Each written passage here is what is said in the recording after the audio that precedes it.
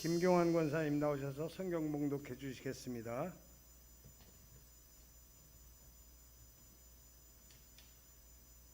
오늘 말씀은 호세아 6장 1절에 있는 말씀입니다. 제가 봉독해드리도록 하겠습니다. 오라, 우리가 여호와께로 돌아가자. 여호와께서 우리를 찢으셨으나 도로 낫게 하실 것이요 우리를 치셨으나 싸매어 주실 것임이라. 아멘. 이 시간 최인석 부원이 나오셔서 여호와께 돌아가자는 말씀으로 말씀을 증거하십니다. 많은 은혜 받으시기 바랍니다.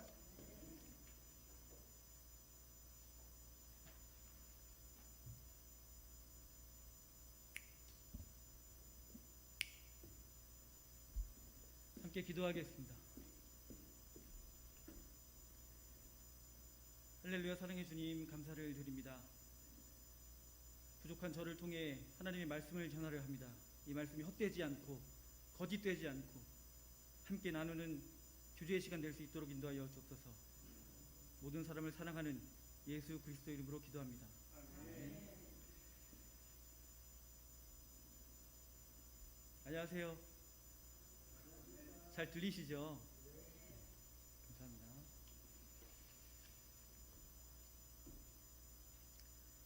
저는 어렵게 이 자리에 섰는데요. 저는 이 귀한 자리를 허락해 주신 목사님께 감사를 드리고, 이 목사님에게 하나 부탁드릴 것은 선풍기를 한번 써도 될까요? 여기 목사님 선풍기를 함부로 쓰기가 좀 그래서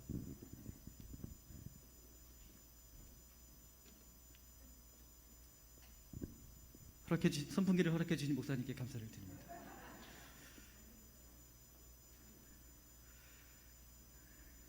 (3주) 전이죠? (2주) 전인가요? 제2남성교회 원래를 했는데 이제 예배를 정할 순서를 정했었어요. 근데 그날따라 왜 그랬는지 모르겠어요. 대본에 제가 설교하겠다고 무슨 정신이 나갔는지 제가 그랬어요. 보통 헌신 예배를 하면 예전에 이제 목사님이 그런 얘기를 해주셨어요. 일반 성도이기 때문에 하나님의 말씀을 전하는 것보다도 올라와서 본인이 살았던 삶에 대한 간증이라든가 함께 나눌 수 있는 그런 교제를 하셔도 된다 말씀해서 그랬었어요. 그런데 시간이 지나다 보니까 모든 헌신 예배 때 목사님한테 부탁하고 또 외부 목사님을 모셔오고 그러더라고요. 물론 좋은 말씀이고 좋은데 그날따라 제가 예배를 너무 드리고 싶지가 않았나 봐요. 하루 종일 예배를 드렸는데 오후 예배 때 또 목사님을 모셔와서 예배를 드린다는 게 너무 좀 제가 그냥 괜히 혼자 좀 그랬어요. 그래서 제가 하겠다고 그래놓고 2주 동안 얼마나 후회를 할지 모릅니다. 첫 주는 잘 지나갔어요. 아무 생각 없이 뭐 그냥 한 번인데 뭐 어렵겠나, 맨날 앞에 쓰는데 좀 더 높은 데서 섰다고 뭐 달라지겠나. 그리고 이제 우리 총무님께서 저한테 준비됐어? 설교 제목 나왔어? 그러길래 아무 생각 없었거든요. 그때부터 너무 이 큰 압박감이 오면서 일주일 동안 제가 뭘 했는지 정신이 없어요. 자면서도 머릿속에 어떤 말씀을 전해드려야 되나, 어떤 말씀으로 이 시간을 빨리 보내야 될까, 그렇게 마음을 먹었었습니다. 그러다가 제가 찬양을 듣다가 보시는 대로 여호와께 돌아가자, 그런 찬양이 있어요. 사실 그 찬양을 들려드리고 싶었는데 그거는 나중에 특송으로 들려드리고요. 오늘 이 시간은 여호와께 돌아가자는 말씀에 성경을 제가 암송하면서 읽으면서 들었던 말씀으로 함께 나누려 합니다. 굉장히 많이 걱정했거든요. 오늘 예배에 얼마나 많은 분들이 오실까, 오지 않으셨으면 하는 그런 무례한 생각을 했었어요.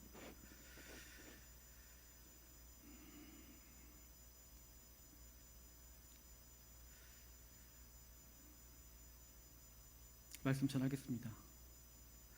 솔로몬의 아들부터 남유다와 북이스라엘로 이제 땅이 나뉘었어요.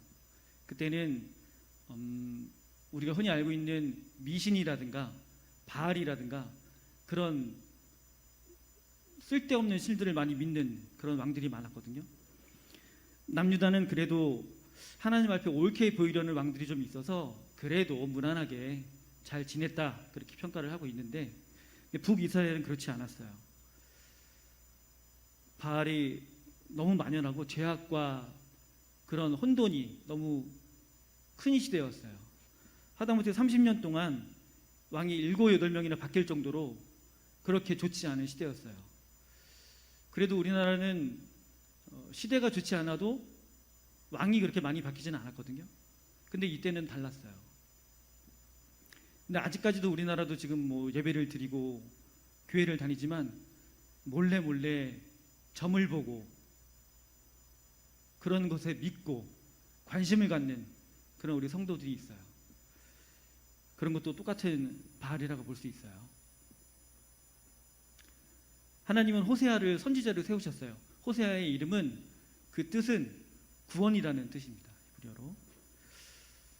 여호와께서 호세아에게 선지자로 그렇게 세우시면서 처음으로 말씀하셨어요. 너는 가서 음란한 여자를 맞이해서 음란한 자식을 낳아라. 이게 호세아 1장 2절 말씀으로 너는 가서 음란한 여자를 맞이하여 음란한 자식을 낳아라. 그렇게 말씀을 하셨어요. 하나님이 호세아를 처음으로 불렀으면서 처음으로 하신 그 소명이었어요. 그래서 호세아는 그렇게 했습니다. 호세아는 여자를 소개받고 짝을 지어주신 여자랑 결혼을 했어요. 그 여자의 이름은 고멜이라고 합니다. 그 고멜의 직업은 창녀였어요. 동네에서도 아주 유명한 그런 창녀였습니다. 호세아는 하나님 말씀대로 그렇게 창녀와 결혼을 했어요. 창녀라면 그냥 꼭 나쁜 걸까? 제가 개인적으로 혼자 그런 생각을 했어요. 창녀면 기본적인 미모가 있을 텐데 창녀라고 꼭 나쁜 걸까? 물론 그 시대에는 이제 큰일 났죠. 선지자와 창녀가 결혼을 했으니 이거는 어디서도 뭐 듣도 보다 못한 그런 일이었고, 호세아는 하나님의 말씀대로 그렇게 결혼을 했습니다. 호세아는 고백했어요. 너는 내 아내고 나는 너를 사랑할 것이다. 나는 너를 사랑할 거야. 내 아내니까. 그런데 반대로 그 고멜이라는 여자는 호세아가 만족되지 않았어요. 밤이면 밤마다 나갔고 그 남자는 밤이면 밤마다 기다렸고 또 그 여자를 기다리는 남자는 아침마다 묵상했고 기도했어요. 그러나 그 여자는 세상에 취해가지고 그 한 명의 남자만을 만족할 수 없었어요. 그래서 밤에 나갔다 오고 시간이 좀 지나면 배가 부르고 아기를 낳고 또 밤에 나가고 아기를 낳고, 우린 그걸 외도라고 합니다. 이미 결혼을 했기 때문에. 바람이 나서 그렇게 3번이나 이남 1녀의 자식을 낳았어요. 낳아놓고 잘 길렀으면 됐을 텐데 낳아놓고 또 다른 남자와 눈이 맞아서 도망을 갔어요. 아예. 호세아는 그 자식들을 혼자 키우게 됐죠. 호세아는 선지자였지만 그래도 남자였습니다. 내 아내가 나로 만족을 못하고 밤이면 밤마다 그렇게 세상에 빠져서 세상 사람을 만나고 그럴 때 호세아는 말씀으로 기도하고 묵상했습니다. 기다렸어요. 그러던 어느 날 소문을 듣게 됩니다. 인신매매 시장에 내 아내 고멜이 팔려가고 있다라는 소문을 들었어요. 호세아는 확인을 하기 위해서 인신매매 시장으로 갑니다. 거기에 잡혀있는 고멜을 보았어요. 이 고멜이 1호멜에 팔려가는 값이 있는데요.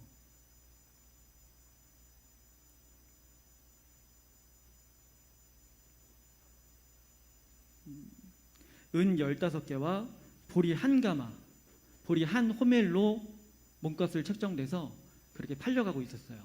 은 15개는 알겠는데 1호멜은 단위를 모르겠더라고요. 그래서 찾아봤어요. 1호멜은 우리 물량으로 따지면 230리터에 해당하고요. 쌀 한 가마니가 80kg인데 이걸 리터로 환산하면 180리터가 돼요. 그런데 1호멜이 230리터니까 실제로는 쌀 한 가마니보다도 더 비싼 그런 몸값으로 팔려가고 있었던 거죠. 호세아는 그 값을 다 지불하고 아내를 찾아왔습니다. 사왔어요. 여기서는 사왔다라는 표현이 맞겠죠. 다시 아내를 사왔어요. 그리고 너무너무 가슴이 아팠습니다. 하나님이 호세아에게 이런 고백을 하라고 시킵니다. 거친 들로 광야로 데리고 가서 고백하라고 합니다. 호세아에게. 나는 당신을 사랑합니다. 당신이 나를 너무 아프게 했지만 그럼에도 나는 당신을 사랑한다. 너는 내 아내니까 나는 진심으로 너를 사랑할게. 그렇게 고백을 합니다. 그러나 고멜은 양심이 별로 없었어요. 호세아가 그렇게 고백을 하고 얘기를 해도 받아주질 않았어요. 이런 정도의 스토리가 드라마로 쓰여진다면 시청률은 어느 정도는 좀 괜찮을 텐데요. 근데 이 시대에는 이해할 수 없는 스토리예요. 호세아가 얼마나 너무 아프고 너무 비참했을까. 제가 이 말씀을 읽고 준비하면서 너무너무 가슴이 아팠어요. 내가 만약에 그랬다면 나는 이렇게 할 수 있었을까? 물론 제 아내가 그렇게 나가도록 두지 않았겠죠. 근데 내가 이상하게 했다면 내가 호세아처럼 그럴까? 물론 호세아와 제가 비교가 되진 않겠지만 호세아는 하나님이 세운 선지자셨고 저는 하나님이 세우신 찬양직이에요. 저는 그렇게 생각하거든요. 상황은 좀 다르지만 내가 이상한 게 없다면 저는 못 참았을 거예요. 저는 하나님한테 따졌을 거예요. 물론 요즘에도 계속 반항하고 따지고 있는데 계속 그랬을 겁니다. 하나님이 호세아에게 말씀하셨습니다. 호세아야, 마음 아프지? 마음 많이 찢어지겠지? 지금 마음이 어떠니? 너는 그 마음을 표현할 수 있겠니? 하나님은 호세아에게 그렇게 말씀하십니다. 이때 하나님이 호세아에게 이런 말씀을 하셨어요. 내 말 잘 들어봐. 내가 이 이스라엘 백성들을 값을 지불하고 샀어. 내가 내 신부로 그 값을 지불하고 맞이했어. 근데 그 신부가 나를 안 따라와. 나를 떠나서 배신하고 수십 번, 수백 번, 수천 번, 수만 번 나를 배신해. 내 마음이 어떻겠니? 호세아야, 너는 내 마음을 알겠니? 너는 그 한 사람을 컨트롤 못했지만 나는 내 백성들이 나를 못 찾아와. 내가 이 백성들을 차라리 심판했더라면, 차라리 혼냈더라면, 내가 그 백성을 잊을 수 있다면 괜찮을 텐데 나를 배신하면 배신할수록 나는 포기할 수가 없다. 호세아야, 나는 내 백성을 버릴 수 없다. 그렇게 하나님은 호세아에게 얘기를 하셨어요. 하나님은 이스라엘 백성들을 광야의 시대로 내몰고 싶으셨거든요. 땅이 좋고 풍부한 물이 있어서 북이스라엘이 아닌 거친 모래, 거친 들판, 뜨거운 태양, 메마른 가시나무만 있는 광야로 그들을 보내고 싶으셨어요. 과거에 그 백성들은 성막에 임재하시는 하나님께 무릎을 꿇고 경배를 하고 예배를 드렸었어요. 물이 부족할 때 그들은 바알을 찾지 않았습니다. 더 어렵고 힘들 때 하나님만 찾고 하나님만 봤어요. 그들은 광야에서 불기둥을 따라 하나님 주시는 구름 기둥을 따라 살았습니다.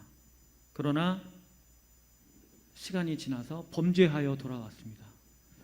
백성들은 하나님께 범죄를 했고 하나님은 그 일을 잊지 않으셨고, 그러나 하나님은 과거의 광야로 돌아가서 그 백성들을 온전한 신부로 맞이하고 싶으셨습니다. 그래서 호세아를 통해서 이런 일을 만드셨습니다. 호세아 2장 19절을 보면 제가 봉독하겠습니다. 내가 내게 장가들어 영원히 살되 공의와 정의와 은총과 긍휼이 여김으로 내게 장가들며. 아멘.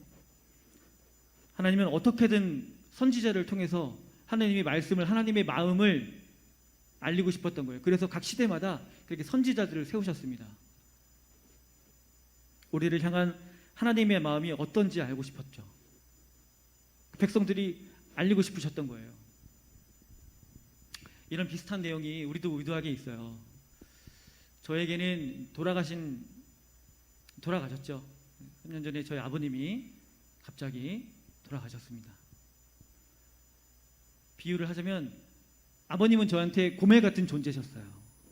아버님은 모든 세상에 모르는 게 없으셨거든요. 물론 아버지시니까요. 근데 그 아버지는 저한테 보여주지 말으셔야 될 걸 다 보여주셨어요.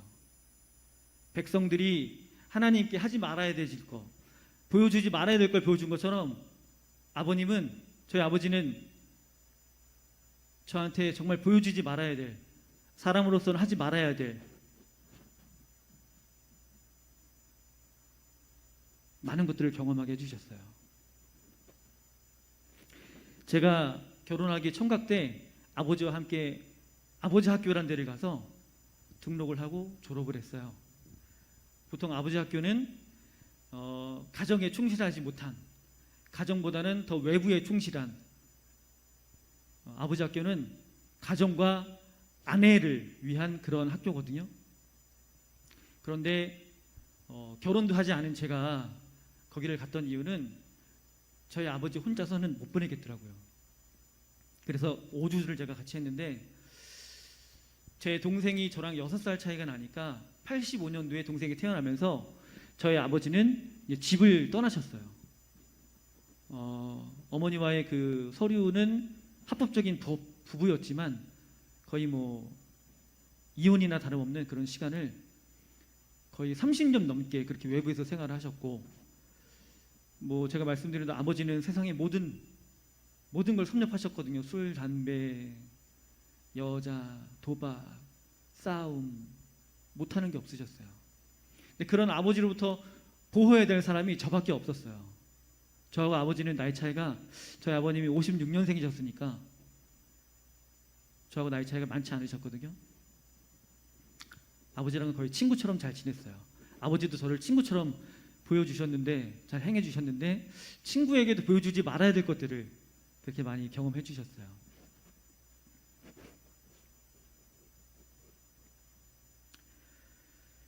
항상 제가 어디를 가든지, 지금도 돌아가신 지 3년이 됐지만 요즘은 조금 바쁜 척 하느라고 생각을 안 하고 있는데, 매일같이 아버지를 생각하고,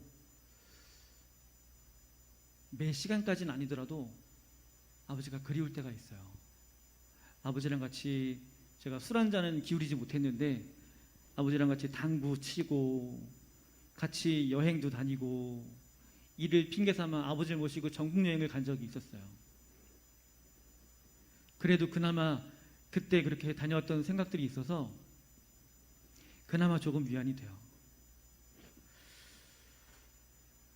제가 남양교회를 다닐 때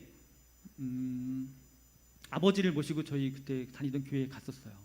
제가 그때 성가대를 하면서 처음으로 성가대원분들에게 제가 식사 대접을 했던 적이 있었거든요.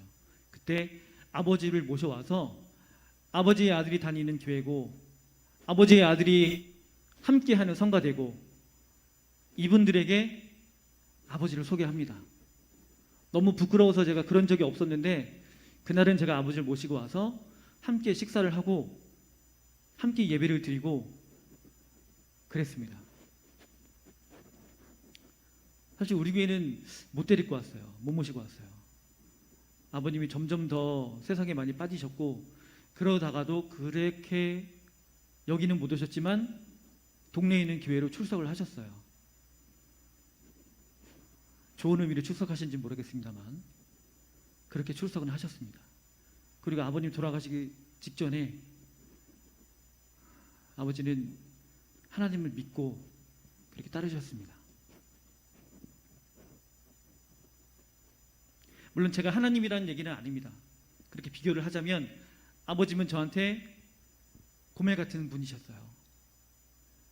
저는 아버지를 계속 기다리고 아버지에게 계속 손을 벌리고 아버지를 계속 바라보는데 제 의도와는 전혀 다르게 아버님은 다른 방향으로만 보고 있었어요.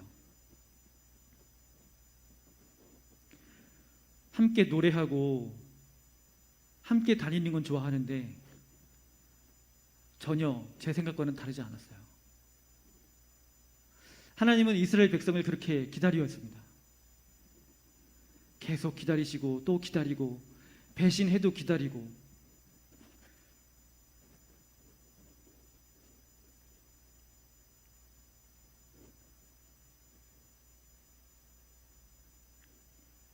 이게 우리가 생각하는 선지자의 얘기가 아니라 그냥 저냥 호세아가 그냥 주위 사람들한테 가자, 돌아가자. 하나님한테 돌아가야 돼. 그러면 안 돼. 다쳐. 돌아가야 돼. 오늘 말씀 호세아 6장 1절입니다. 오라 우리가 여호와께로 돌아가자. 여호와께서 우리를 찢으셨으나 도로 낫게 하실 것이요 우리를 치셨으나 싸매어 주실 것입니다. 하나님 아버지의 마음이 호세아의 가슴에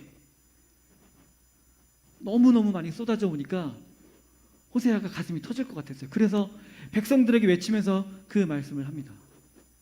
근데 그게 그냥 빨리 가자 그런 의미가 아니죠. 오라,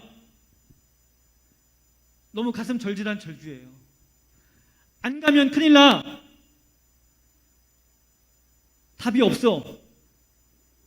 살려면 여호와께로 돌아가야 돼. 백성들아, 돌아가자 제발. 호세아는 그렇게 외쳤습니다.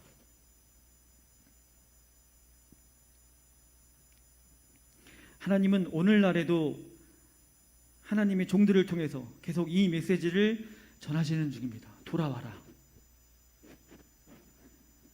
그래야 산다. 답은 정해져 있어. 답은 나밖에 없어. 돌아와. 그러나 백성들은 광야 생활을 잊었고 하나님을 향한 지식이 없었습니다. 백성들이 광야의 시대를 접고 땅에 들어왔을 때 그 땅에 비가 내리면 하나님께 감사를 드리는 것이 아니라 바알을 찾았습니다. 바알을 찾아서 감사의 예배를 헌물을 드리고 먹고 마시며 쾌락에 빠져 즐겼습니다. 그게 그 당시 북이스라엘 시민들이 그 백성들이 그렇게 행했습니다.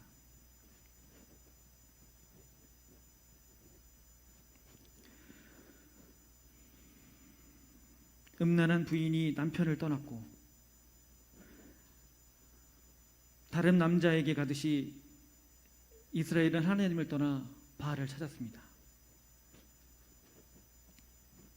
그럼에도 불구하고 포기하지 않으시는 하나님은 선지자를 세우시고 그 선지자를 통해서 그 선지자들의 목숨을 잃어가면서까지도 하나님의 말씀을 전합니다. 그 말씀은 돌아와라. 우리가 이렇게 예배를 잘 드리고 있는데 우리 생각에 우리가 여호와께로 다시 돌아가야 될 만큼 우리가 죄를 졌을까? 그렇게 생각해 보신 적이 있을까요? 나는 이렇게 예배를 잘 드리고 기도도 열심히 하고 교회도 열심히 나오는데 나는 여호와의 손에서 벗어난 적이 없는데 내가 돌아갈 만한 일을 했을까?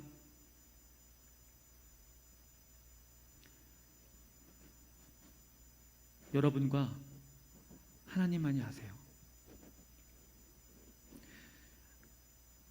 매주마다 제가 아침에 일어나면서 오늘 너무 피곤한데, 제가 이 정도로 피곤하면 목사님은 얼마나 피곤하시겠습니까?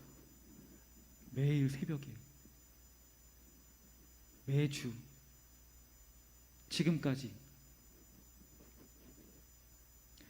저희 할머님이 목사님이셨는데 저를 목사를 만드시려고 많이 부단히 노력을 하셨어요. 결국은 안 됐죠. 제가 못하겠더라고요. 제가 못하겠고 목사님으로서의 삶이 자신이 없었어요. 너무너무 긴장이 되고 이렇게 지금 서 있는 것도 막 손이 부들부들 떨리는데, 근데 한편으로는 이런 긴장을 즐겨요. 저는 무대 체질인가 봐요. 전 무대를 좋아해요. 그래서. 하지만 관객이 작은 무대는 별로 좋아하지 않습니다. 하지만 한 명이 있던, 두 분이 계시던 찬양은 놓지 않습니다. 제 사명은 죽을 때까지 저는 찬양을 부르는 사람이에요. 각자의 역할이 있으시겠지만 목사님은 이 자리에서 떠나가지 않으십니다. 저는 제 몸에서 기타를 빼지 않아요. 찬양이 없는 삶 상상할 수도 없어요. 기도가 없고 예배가 없고 가장 중요한 주님이 없는 삶, 말도 안 되죠. 우리는 그런 삶과 그런 시대를 살고 있습니다.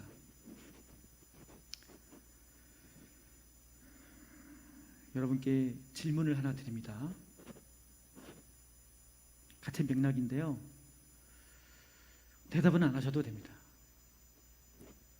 내 안에, 또 우리 교회 안에,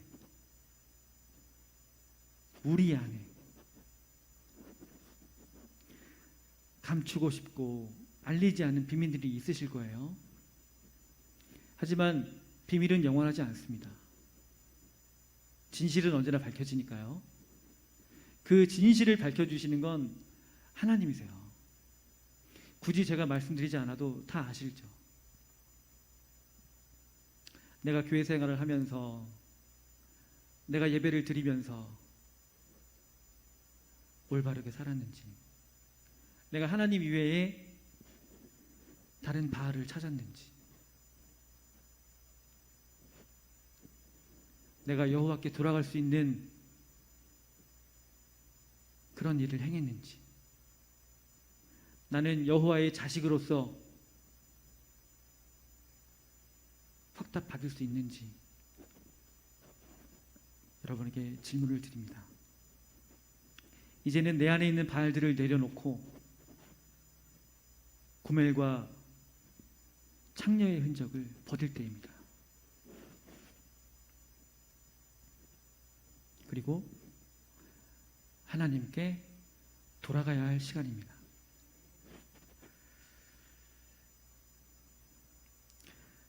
설교라고 하기에는 뭐하고요, 말씀을 좀 재미있게 전달해드리고 싶었는데 또 말씀을 전하다 보니까 혼자 비장해져가지고 웃음보다는 그래도 조금 공부했다라는 티를 내기 위해서 하나님의 말씀을 함께 나눴습니다. 기도하겠습니다. 사랑과 기다림의 하나님, 감사를 드립니다. 세상에 빠져 살아가는 고멜과 같은 신부의 모습을 용서하여 주옵소서. 우리를 사랑한다, 기다린다, 돌아오라고 외치는 신랑이 되신 주님, 귀를 닫고 주님의 말씀을 듣지 않는 우리를 용서하여 주옵소서. 말로만 주님의 백성인 척하지만 배신하고 거부한 우리들을 끝까지 기다리시고 또 값을 지불하셔서 세상에 없는 사랑의 마음으로 우리를 기다리시는 주님을 알게 하옵소서. 주님께 돌아가는 우리가 되게 하여 주옵소서. 예수님 이름으로 기도합니다. 아멘.